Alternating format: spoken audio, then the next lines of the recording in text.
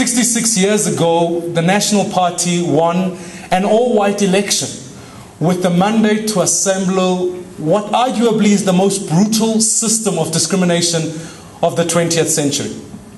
Under apartheid, we saw how Gauteng was built on the back of mining operations in need of labor. Not only did the system limit opportunities, it determined where black labor was to be absorbed.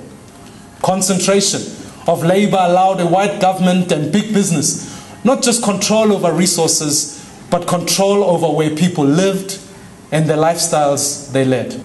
In many ways, Gauteng as we know it is founded on the distraction of the black family and community. Thousands of black children across South Africa have grown up without a support system, both of a mother and a father, because of a migrant labor robbed us of that.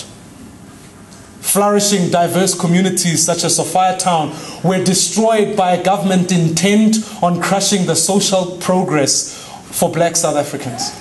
This, ladies and gentlemen, is not a story of a few black South Africans.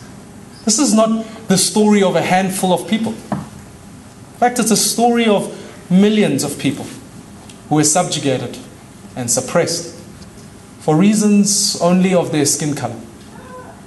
All South Africans have concessions to make. What we simply need to do is to acknowledge that the evils of apartheid and do what we can to bring about redress in it. It is equally true that we mustn't allow our anger and our victimhood to obscure how far we have come and how much better life is in the democratic South Africa.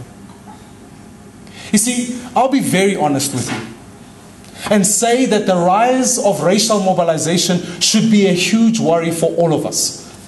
We see it from all sides of the spectrum. On the one side, it comes from lingering material deprivation, a sense that the majority of South Africans continue to suffer in the new South Africa. In many ways, this analysis is correct.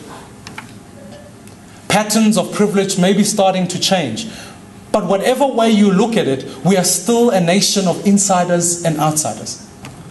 Poor people are overwhelmingly black, and black people are overwhelmingly poor. This should make us all angry. It certainly does me. But, friends, what angers me more is those who say that at racial solidarity will improve the lives of poor South Africans. Because the truth is that mobilizing on the basis of race as if we're an oppressed minority only serves to disempower us as black South Africans. Racial mobilization is a tool of the oppressor. The apartheid regime, swart gevaar tactics were designed to make white South Africans so frightened of majority rule that they will be willing to be compliant with whatever the government did. Friends, we must never and never again allow ourselves to be abused in that way again. We must never allow any government to manufacture and manipulate identities for its own end, precisely in the same way as apartheid did.